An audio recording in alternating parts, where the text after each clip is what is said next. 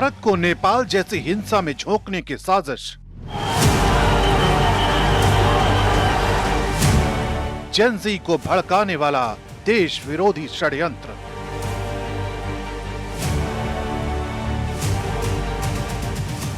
कानपुर से काशीपुर तक उकसाने वाली चाल। लद्दाख से उत्तराखंड तक युवा कंधों पर सियासी बंदूक।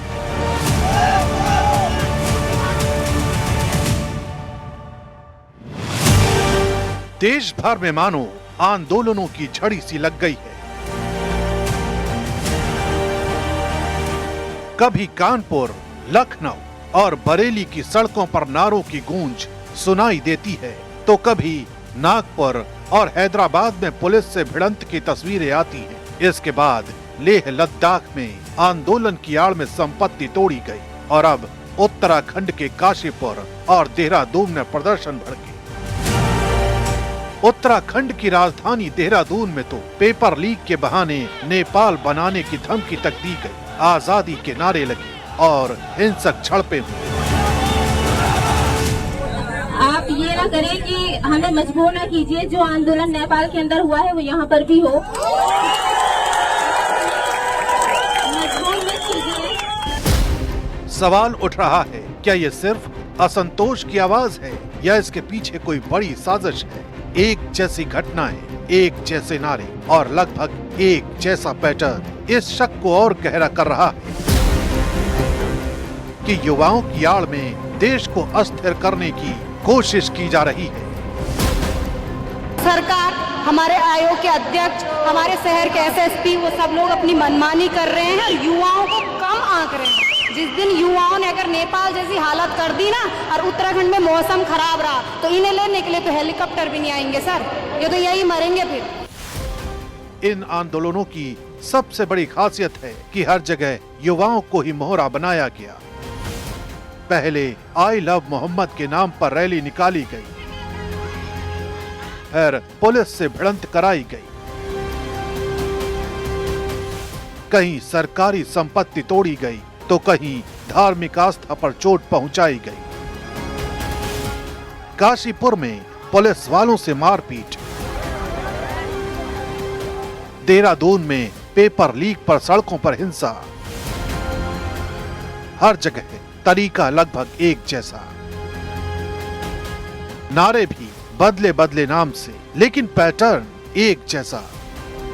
कहीं वोट चोर गद्दी छोड़ तो कहीं पेपर छोड़ गद्दी छोड़। ये पैटर्न सिर्फ भारत तक सीमित नहीं, नेपाल में जेन ज़ी आंदोलन के दौरान भी यही रास्ता अपनाया गया था।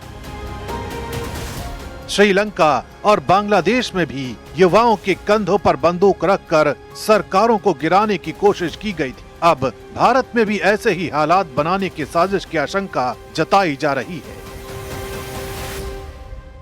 जैसे बांग्लादेश में, नेपाल में ये हुआ ना, उनको हेलीकॉप्टर के द्वारा उठाया गया नेताओं को। यहाँ पे तुम दुआ करेंगे उस दिन उत्तराखंड का मौसम इतना खराब रहे कि जिंदा जलाए जाए।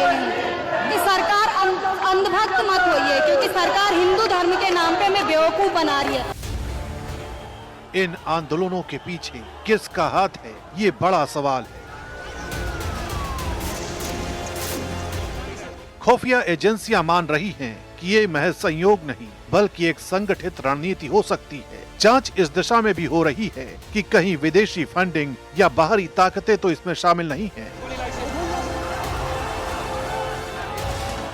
हालात की गंभीरता इसी से समझी जा सकती है कि नेपाल, श्रीलंका और बांग्लादेश में सरकारें ऐसे ही आंदोलनों की आग में झुलस चुकी हैं। अब भारत में भी एक जैसे नारे, एक जैसी साजिश और एक जैसी चाल देश को अस्थिर करने की कोशिश करती दिख रही है।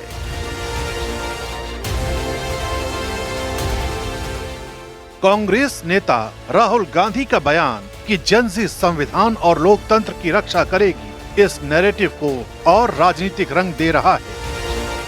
आप कर्नाटक की सीआईडी को ये सबूत एक सप्ताह के अंदर दे दीजिए, नहीं तो पूरा हिंदुस्तान के सारे युवा इस बात को एक्सेप्ट करेंगे कि आप हिंदुस्तान के कॉन्स्टिट्यूशन, हिंदुस्तान के संविधान की हत्या में शामिल हो। लेकिन सरकार ने साफ कर दिया है कि कानून तोड़ने और हिंसा फैलाने वालों पर सख्ती से कार्रवाई की जाएगी। यानी लड़ाई अब सिर्फ सड़कों पर नहीं बल्कि सियासत और रणनीति के स्तर पर भी तेज होती नजर आ रही है।